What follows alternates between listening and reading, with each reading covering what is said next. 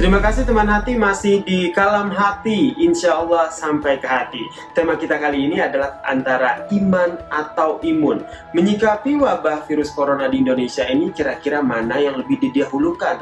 Apakah iman atau imun, atau kedua-duanya bisa diseimbangkan? Yuk sama-sama kita lanjutkan untuk mendengarkan tausiah dari Kang Rasid berikut ini. Silakan Kang. Teman hati dan pemirsa Kalam Hati rahmati Allah Subhanahu wa Ta'ala.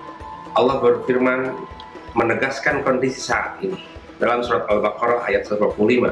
Bismillahirrahmanirrahim. Wa lanabluwannakum bisyai'im minal khaufi wal ju'i wa naqsim minal amwali wal anfusi was samarat wa basyiris sabirin. Allah sungguh-sungguh akan menguji, memberikan ujian, memberikan cobaan dengan sesuatu, bisyai'in. Sesuatu itu bisa kemudaratan, sesuatu itu bisa berupa virus, bisyai'in, sehingga sesuatu tersebut minal khaufi, memunculkan rasa takut, rasa gelisah dan resah seperti saat ini. Kemudian rasa takut tersebut minal khaufi wal ju'i, memunculkan rasa lapar, takut miskin, takut lapar, takut mati karena kelaparan, sehingga kita ada di rumah terus. Minal khaufi, sehingga yang kedua memunculkan wal ju', takut kelaparan. Wa naqsi minal amwali, dan takut miskin, berkurang harta kekayaan, harta pendapatan, tidak bisa bekerja. Dari mulai takut, resah, gelisah, memunculkan rasa takut lapar, dari takut lapar, takut kekurangan rezeki. Wa naqsi minal amwali wal anfus, bahkan yang keempat, takut dia mati, hilang jiwanya. Was samarat, dan buah-buahan. Namun Allah menutup ayat ini dengan kalimat wa basyiris sabirin. Muhammad, beritakanlah, kabarkanlah, viralkanlah, sampaikanlah, publikasikanlah kepada umatmu wa basyiris sabirin. Apa itu? Kasih mereka kabar gembira. Bila mana mereka berikhtiar dalam suasana seperti ini, wa basyiris sabirin, kasihlah kabar gembira kepada mereka, mereka yang sabar dalam keadaan ini. Sabar di rumah, ibadah di rumah, beraktivitas di rumah, sabar. Orang-orang sabar akan dikasih kabar gembira, dia tenang hatinya. Ini bagian dari ikhtiar. Semoga kita dengan hashtag di rumah saja lebih aman, ini bagian dari ikhtiar.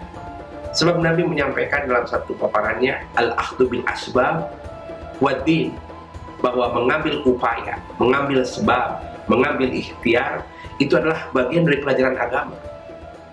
Ditegaskan dalam hal yang lain, al-akhdhu bil asbab wal ibadah, mengambil upaya, mengambil ikhtiar, mengambil cara mengamankan diri, itu juga ibadah.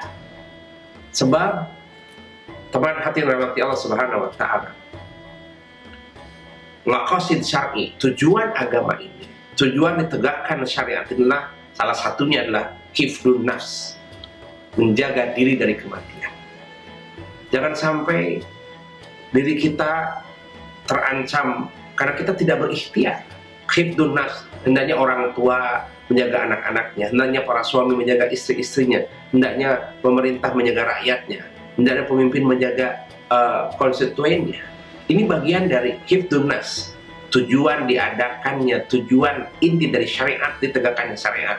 Tujuan ditegakkannya syariat zakat, syariat haji, syariat puasa, syariat hal yang jihad fisabilillah, itu intinya salah satunya adalah hifdun nafs, menjaga diri. Di rumah ini bagian dari ikhtiar. Sebab ikhtiar ini adalah upaya manusia. Tugas kita, ingat sahabatku, teman hati dan pemirsa yang dirahmati Allah, ada 3 tugas kita hidup di muka bumi ini. Entah dalam keadaan gelisah, dalam keadaan tumakninah, dalam keadaan ada virus, dalam keadaan normal. Ada 3 tugas kita di muka bumi ini. Pertama, tugas kita adalah ibadah. Yang kedua adalah berdoa. Yang ketiga adalah ikhtiar. Ibadah maksimal, doa yang terbaik, ikhtiar maksimal. Wilayah Allah adalah mengabulkan doa, wilayah Allah memberikan pahala ibadah, wilayah Allah memberikan rezeki. Ini wilayah Allah. Wilayah kita berdoa, wilayah Allah mengabulkan doa. Wilayah kita beribadah, wilayah Allah bagian pahala. Wilayah kita adalah ikhtiar, wilayah Allah memberikan rezeki. Fokuslah di 3 hal ini, ibadah, doa, dan ikhtiar. Dalam konteks saat ini, di rumah aja, lebih aman. Inilah sikap kita yang bisa kita ambil, bahwa sikap kita harus benar-benar memaksimalkan ikhtiar kita. Allah kita memberikan kepada kita kekuatan 3 daya. Pertama, Allah berikan kekuatan daya fisik. Bagaimana fisik kita kuat.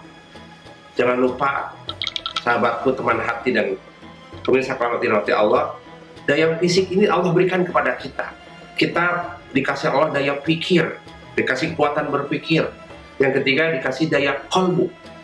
Daya fisik menjadi badan sehat, jaga fisik itu, jangan sampai terkena wabah, terkena virus. Maka dianjurkan sedang ada di rumah ini, seringlah menjemur di jam 9 pagi hingga jam 10 pagi. Itu sekitar 15 menit atau 10 menit di jam-jam antara jam 9 dan jam 10. Jangan sampai siang, sebab di situ adalah vitamin D untuk kekuatan tubuh. Kalau terlampau siang itu adalah bisa mengakibatkan kanker. Itu sebagai merawat daya fisik. Allah udah kasih fisik, rawatlah itu fisik itu, diolahragakan. Kemudian Allah mengasih daya pikir, yaitu akal. Sok atuh jangan sampai pikun akalmu berpikir, menelaah peristiwa ini, sehingga memunculkan sebuah inspirasi. Dari peristiwa ini memunculkan sebuah motivasi. Dari peristiwa ini memunculkan prediksi. Bahkan di akhir analisa yang tajam, peristiwa ini memunculkan solusi. Gunakan daya pikirmu. Dan yang ketiga, Allah memberikan daya qalbu. Di dalam kalbu ada iman, di dalam kalbu ada yakin, di dalam kalbu ada sabar. Maka beritakanlah kepada orang sabar kabar gembira kepadanya. Ketika kita menggunakan daya kalbu ini, daya fisik ini, dan daya pikir ini, maka engkau telah menjadi manusia yang sempurna. Kalau menggunakan 2 bagian daya ini, engkau telah mereduksi kemanusiaan. Manusia harus menggunakan ketiga daya yang Allah berikan itu, maka insya Allah menjadi insan kamil. Begitulah salah satu sikap yang harus kita jaga. Ikhtiar adalah bagian dari ibadah. La haula wala quwata illa billah. Nah, kalau teman hati punya pertanyaan terkait dengan topik kita pada hari ini, jangan lupa bisa kirimkan pertanyaannya lewat media sosial Kalam Hati, yaitu @dikalamhati, baik di Twitter ataupun Instagram. Kalam Hati akan kembali sejenak berikut ini, tetap di rumah saja. Di Kalam Hati, insya Allah sampai ke hati.